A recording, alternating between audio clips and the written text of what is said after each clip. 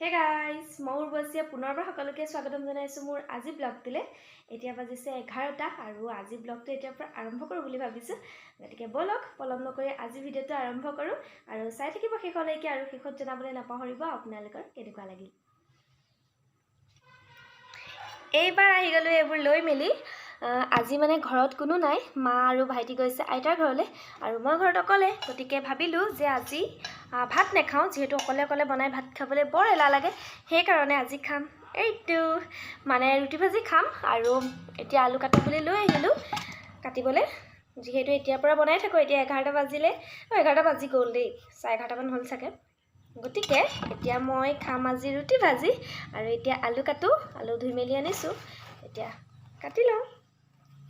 আলু ভাজি খাই বাৰু কোনে ভাল পায়, মই কিন্তু বহুত বেছি ভাল পাওঁ। ভাতৰ লগতে হওক বা ৰুটিৰ লগতে হওক, শুকানকৈ ভাজিলে বহুত ভাল পাওঁ। আৰু আজি মই অকলে, সেইকাৰণে আলু ভাজিম আৰু ৰুটি খাম।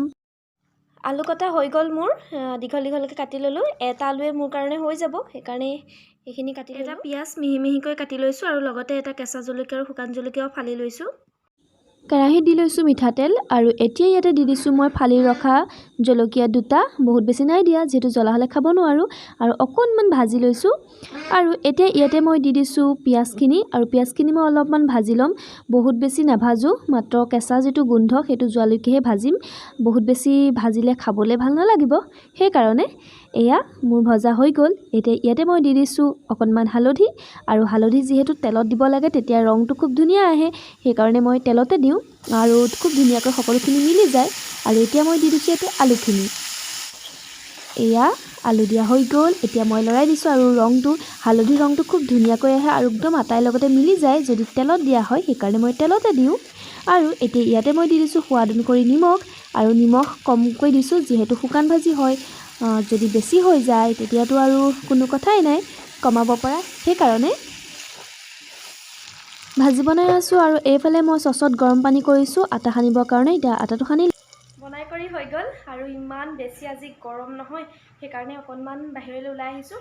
ভিতৰত কাৰেণ্টটোও নাই, সেইকাৰণে সোমাই থাকিব নোৱাৰি মানে ভিতৰত। আৰু যিহেতু বনোৱা মেলাৰ পিছত বহুত বেছি গৰম উঠে, এতিয়া বনাই মেলি অকণমান বাহিৰলৈ আহিছোঁ, অকণমান বহি লওঁ। বাহিৰত খুব ধুনীয়া বতাহ মাৰি আছে, তাৰপিছতে খাম।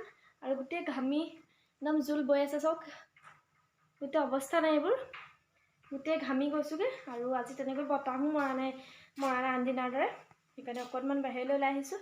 আৰু এইফালে আমাৰ খিৰিকীত গ্ৰিল লগোৱা নাই, গতিকে এইখিনিতে ৰ'ব পাৰি। আৰু বাহিৰত ৰ'দ চাওক, কিমান ৰ'দ দেখিছেনে? একো চাগে ধৰিবই পৰা নাই, ইমান বেছি ৰ'দ দিছে। গৰমত থাকিব পৰা নাই, অৱস্থা বেয়া। এতিয়া মই অকণমান বহি লওঁ, তাৰপিছতহে খাম আৰু তাৰপিছত লগ পাম। বাই। খাবৰ কাৰণে উলিয়াই আনিছোঁ আৰু দেখাত কেনেকুৱা হৈছে জনাবচোন আপোনালোকে। এতিয়া মই ধুনীয়াকৈ খাই লওঁ ৰুটি আৰু ভাজি। হেল্ল' এভৰিৱান, এতিয়া 6টা বাজিলে আৰু আন্ধাৰেই হ'ল। মই আজি ভিডিঅ' কৰা নহ'লে, মানে খাই বৈ অকণমান শুলোঁ, তাৰপিছত আমাৰ ধুনু আহিলে, সেইকাৰণে ভিডিঅ' কৰিব নাপালোঁ। আৰু এতিয়া শুই উঠি কাম বন কৰি ফ্ৰেছ হৈ ভিডিঅ' কৰালে গধূলি হ'ল। আৰু আমি দুজনী এতিয়া ৰাস্তাতে অকণমান খোজকাঢ়িছোঁ, মাহঁত আহি পোৱাহি নাই। আৰু আমাৰ ধুনুজনী দেখিছেনে? এতিয়া আমি আমাৰ ৰাস্তাটোতে অকণমান খোজকাঢ়িছোঁ। পাৰিলে ৰাতি লগ পাম, যদি নোৱাৰোঁ তেতিয়া একেবাৰে কাইলৈ লগ পাম আৰু, ঠিক আছে? অ' ধুনু, গুড মৰ্ণিং। হাই, গুড মৰ্ণিং। কি কৰিছা? কাটি আছে। অকল খালি কটা কুটা, তাই শান্তিৰে মানে থাকিবই নোৱাৰে। হা, অকল কটা কুটা কৰি থাকিবা। কি খালা ৰাতিপুৱা উঠাবা? কি খালা? বিস্কুটে পানী খালা। এতিয়া ভোক লাগিছে নাই? নাই লগা। চুলিবোৰ চাচোন কি হৈ আছে। আৰু এইটো কোনে আনিলে? তুমি আনিলা? কেলৈ আনিলা? নাকটো এইটো কি হৈছে? হা, এইটো নাকত লগাবলৈ আনিছে। হা, কি হৈছে নাকটো? লোৱাচোন। কেলৈ আকৌ হ'লেই নি নাকত কিবা হ'লেই? কি হ'ল? পানী লাগি আছে তাই। হৈ যাব।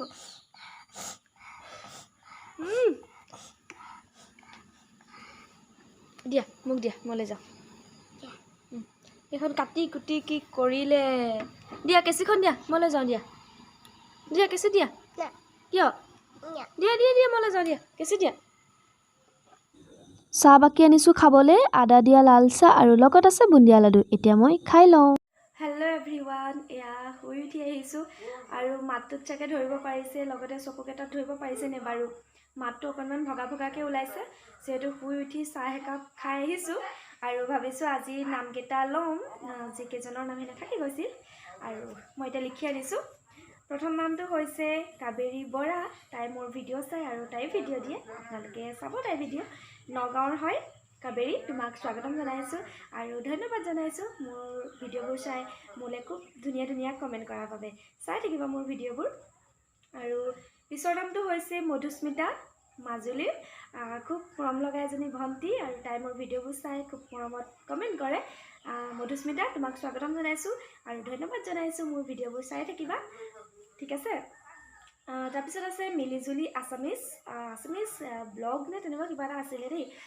আৰু ঘৰ ক'ত সেইটো তেওঁ নিদিলে, তেওঁ ভিডিঅ' দিয়ে, গতিকে আপোনালোকে চাব।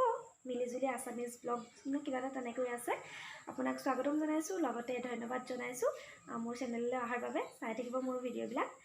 তাৰপিছত আছে প্ৰজ্ঞাশ্ৰী ব্লগ। তেখেতেও মোৰ ভিডিঅ' চায় আৰু তেখেতেও ভিডিঅ' দিয়ে। আপোনাক স্বাগতম জনাইছোঁ, লগতে ধন্যবাদ জনাইছোঁ মোৰ চেনেললৈ অহাৰ বাবে। আৰু তেখেতৰ ব্লগবিলাকো আপোনালোকে চাই থাকিব, ধুনীয়া ধুনীয়া ব্লগ দিয়ে।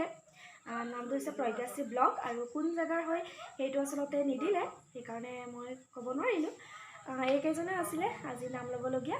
আটাইৰে নাম ল'লোঁ আৰু যদি কাৰোবাৰ থাকি গৈছে তেতিয়াহ'লে পিছৰ ভিডিঅ'ত ল'ম, বেয়া নাপাব, ঠিক আছে। মোৰ মাতটো আজি ভাগি আছে, সেইকাৰণে বেছি ডাঙৰকৈ ক'ব পৰা নাই আৰু তাতে শুই উঠি আহিছোঁ যে সেইকাৰণে। এতিয়া আজিলৈ বাই বাই, আকৌ লগ পাম নেক্সট ভিডিঅ'ত, ঠিক আছে। আজিলৈ বাই, বহি লৈ আছোঁ।